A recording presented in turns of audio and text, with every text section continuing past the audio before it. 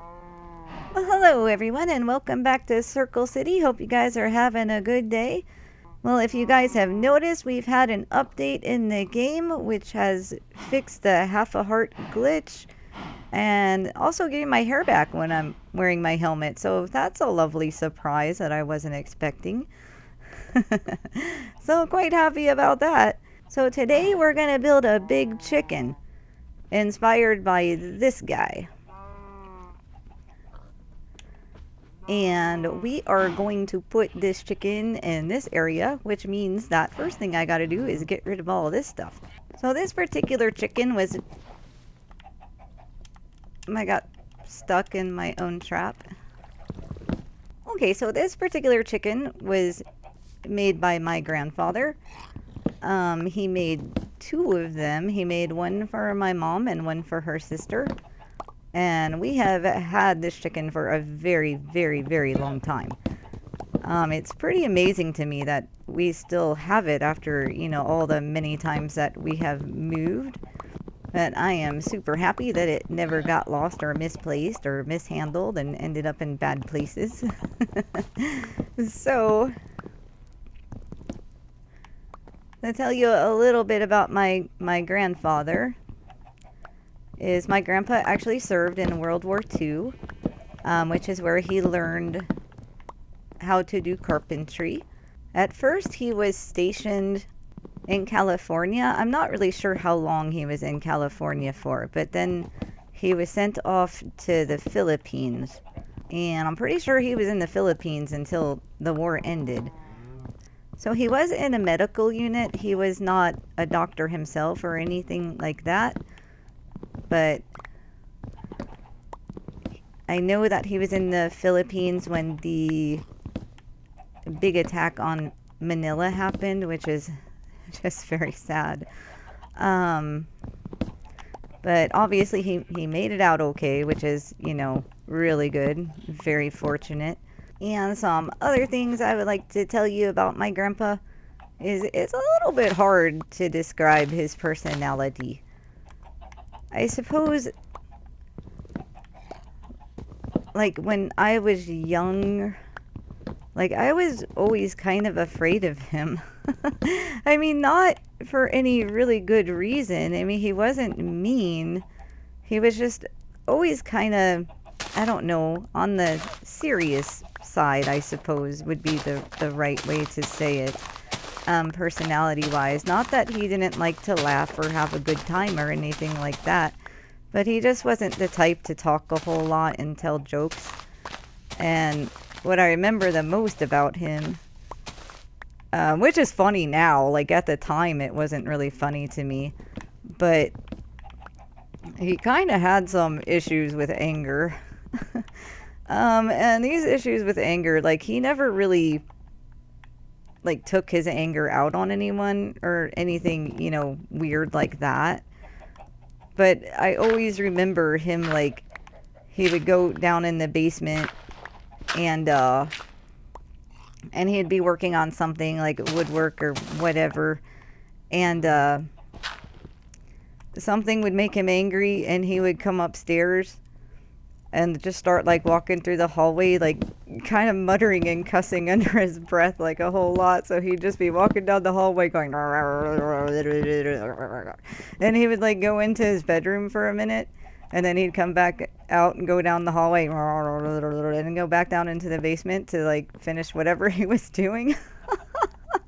It reminds me every time that I watch The Christmas Story, and the dad on there, when he goes down into the basement to fix the fuse box and all of that, and when the car broke down and all of that. I mean, it's just like my grandpa. It just makes me laugh every time that I watch that. But the thing that is most interesting about my grandpa, looking back, I mean, he's no longer alive, but he really did have a lot of love in him. And I think a lot of people didn't really, realize just how much love he had for his family and people around him. But even though he never really voiced it that much, It was just all about in his mannerism and the things that he would do. So, like, for instance, not to get on a super heavy subject here, but at the time when my parents' marriage ended, it kind of ended rather abruptly. And it ended up with my grandpa coming to our house with one of my cousins and taking everything out of the house. um, it was a bad day. It was a bad and very weird day. But the thing that I want to say about that is, like, my grandpa, he never hesitated, not for 1 second, about, where we were going to go. Like, it was just, you're coming to our house and you're staying with, with my grandma and him. So, so my mom and my brothers and I, went to live with my grandparents. My brothers kind of chose other places to live there, but I stayed there. I want to say it was around about 2 years, maybe a little bit more than 2 years that we actually stayed there. Okay, so I cleaned up my junk and I got my supplies. What we're going to be using is we're going to be just using oak and jungle for this, because when I do the different layers on the chicken, I just want to alternate the colors so that the details don't get lost in there. Also, of course, I can't do an exact replica of this chicken because it would be enormous. I mean, I'm guessing it would probably be like 50 or 60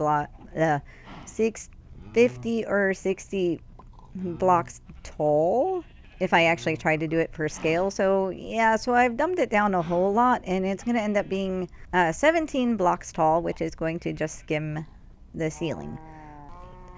So 1, 2, 3, 4, 5, 6, 7, 8. Oh, I'm oddly nervous for some stupid reason, but whatever. So so moving back on to when I lived with my grandparents, I wish so much that I was a better person at that point. But, that was the time when my depression was really starting to kick my butt. And so I just really wasn't the best of people at the time. And it makes me kind of sad looking back, because I wish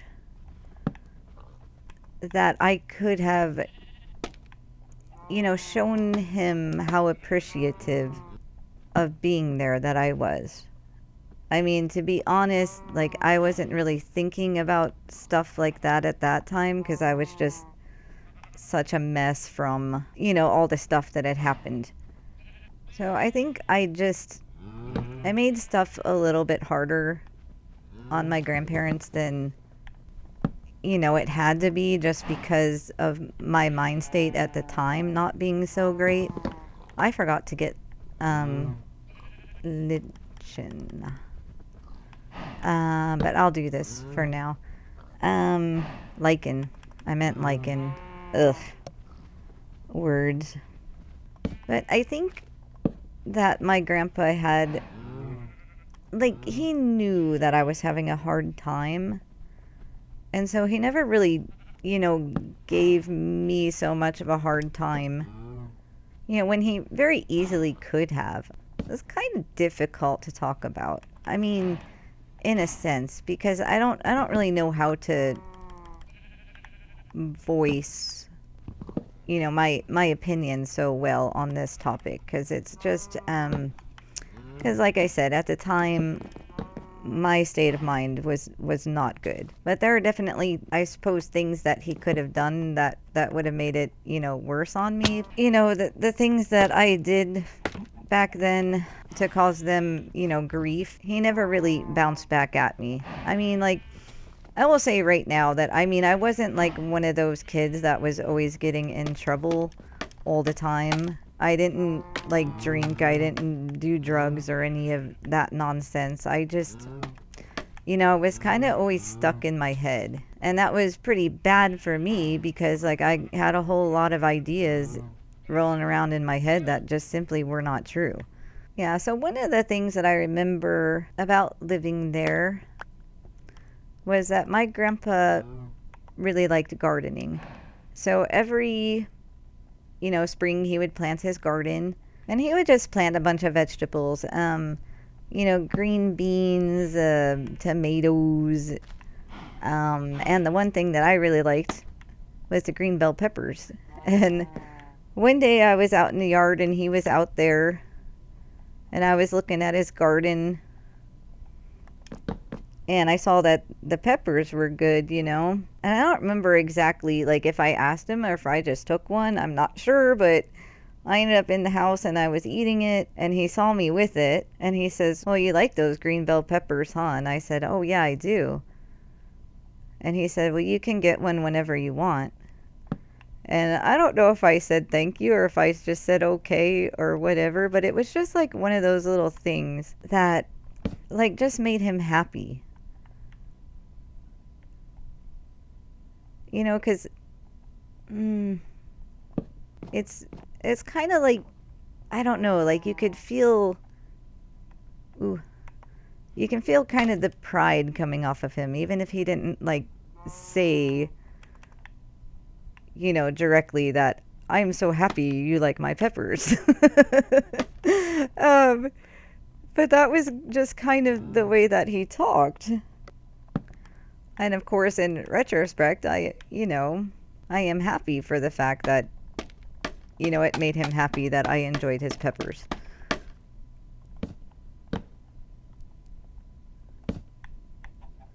Yeah, so I also had a pair of boots. I mean, they're more so like fashion boots instead of like snow boots. Because, when you reach the age of being a teenager, then everything has to be cool and you don't want to be wearing like, big giant snow boots. So I had like these like designer boots that I would wear in the snow, which was, of course not great. But I do remember at one point he noticed that the heels on my boots were wearing down. And he actually took them and put like a metal bit on the bottom of them to keep them from wearing down so much. And I thought that was pretty cool because, I mean, who takes the time to like check, somebody's boots, like the soles of their boots to see if they're wearing down or not? And then doing something, to try to make them last longer for that person. I thought that was pretty nice. I mean, it kind of surprised me when he told me about it. But it was, it was just a nice thing. Yeah, I'm getting into like the very confusing bits. So yeah, so I think I'm going to start going up from the back here. I think that'll be easier.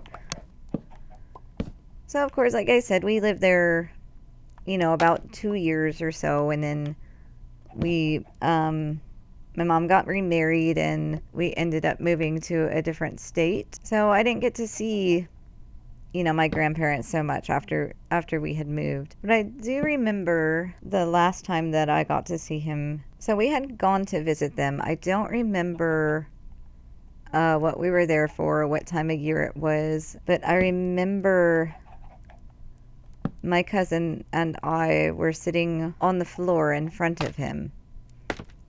He was sitting in his recliner chair that he, always sat in. He was pretty old at the time. It was pretty much right before he passed away. And my cousin was asking him questions about some things that had happened when he was younger. Was asking about pretty much his relationship with my grandma and that. And I remember asking him what he thought the first time that he saw my grandma. And he got like the biggest, cutest grin on his face. And he said, "I thought she was cute." And I always thought that was so adorable. I mean, just the sheer joy that was on his face when I asked that question, it was so cool. So shortly after that visit, my grandfather passed away. And of course, I was asked if I wanted to go back for his funeral. And at the time, I opted not to. Because I had just seen him. I just had that amazing conversation with him. And I really wanted that to be my last memory of him. I did not want to go back and, my last memory to be of him lying in a coffin. And I feel even to this day that that was the right decision for me. Because now, when I think of my grandpa and my last memory of him is him smiling. Because he's thinking about the day that he met his wife. And I just think that's just so beautiful and such a cool thing. And many years after that, we actually moved back into the same state again.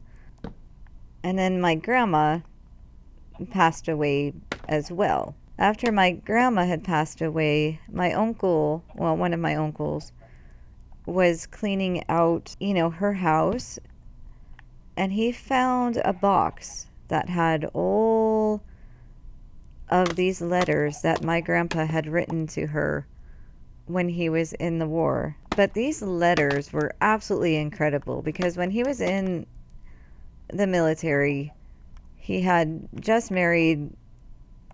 I mean, as far as I know, he had just married and they had their first child. So here he was all the way in the Philippines, and my grandma was at home taking care of their son. But these letters that he wrote to her were just so warm and so cheerful and just like, and I swear, like, he wrote her just about every single day. And that was just amazing to me. And the words that he would say to her were so nice and sweet. And there was a lot of, things that he would buy her from the Philippines and send to her. And he would always say, hey, I bought you this thing and I'm sending it, so hopefully it gets to you soon. And there were times where it would seem like the mail wasn't very consistent. And I remember him, saying to her that, oh, I got like your last 2 weeks of leathers. They arrived today. Things like that. It's just like extraordinary to me to think about those times and the fact that they were still able to communicate to each other, albeit having to have, a good amount of patience. And then I did find out, by reading his letters that he didn't keep her letters because he had to burn all of them. He mentioned it in one of his letters, and he said, oh, I wish I could keep your letters, but I have to burn them because we don't want them to fall into the wrong hands. And I do remember that toward the end of the war, I don't know what he had written to her, but there was a pretty lengthy letter that he had written to her, and they had censored a lot of it, meaning that they cut out like big portions of this letter. So I don't know, what he had said to her, but apparently whatever it was, the government had thought that was, too sensitive to put it into a letter, and so they cut it out. That's the wrong angle.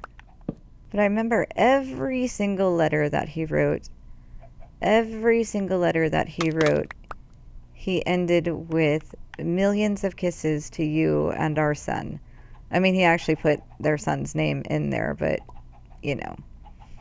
for the video. But I just thought that was, oh, it tears me up a little bit, because I just think that that's just the most beautiful closing in every letter to say that. And it just truly makes me admire him, and truly makes me just super proud that my grandparents loved each other so much.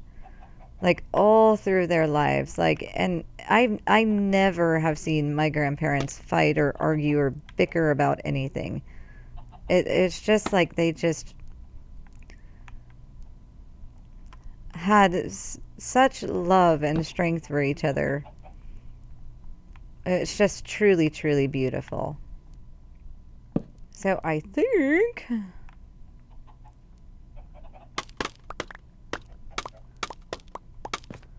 that's good. That's gonna wrap up our first layer of our chicken.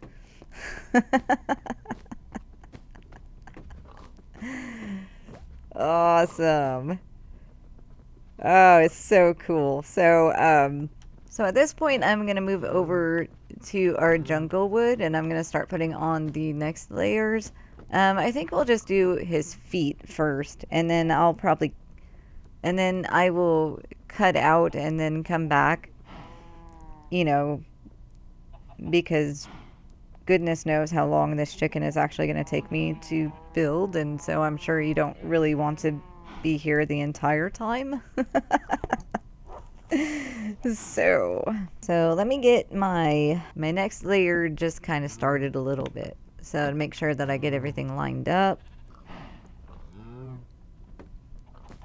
And this is gonna go there. 1, 2, 3, 4, and 5.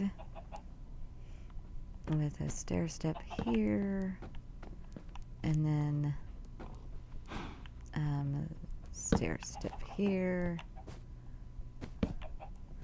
stair step here, and 1, 2, 3. Oops. Yeah, so that's gonna be his 1 foot. So I'll do that part. Because I almost didn't put the feet on there. I almost cut the feet off and was just going to have the chicken on its belly laying there. And then the more I looked at it, I was just like, yeah, I really want feet. So I'm going to finish up this layer, and I'll just come back and show you guys as, each layer is added, so you can kind of see the progression of the build. Okay, so I got the second layer of our chicken all in. I did make a small mistake on the first layer, which I corrected. I think it was here. I was supposed to go up like these 4, and I only went up like 3. But anyway, got it all fixed, so it's all at the right height. There's a pretty good view of what's going on the back of him. And I'm just gonna keep going with the layers. Alright, and here's layer 3.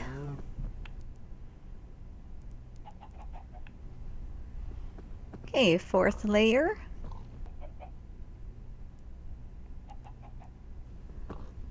And there we have it. Our last layer is done and our chicken is complete. Try to run around this guy so you can get it from every angle.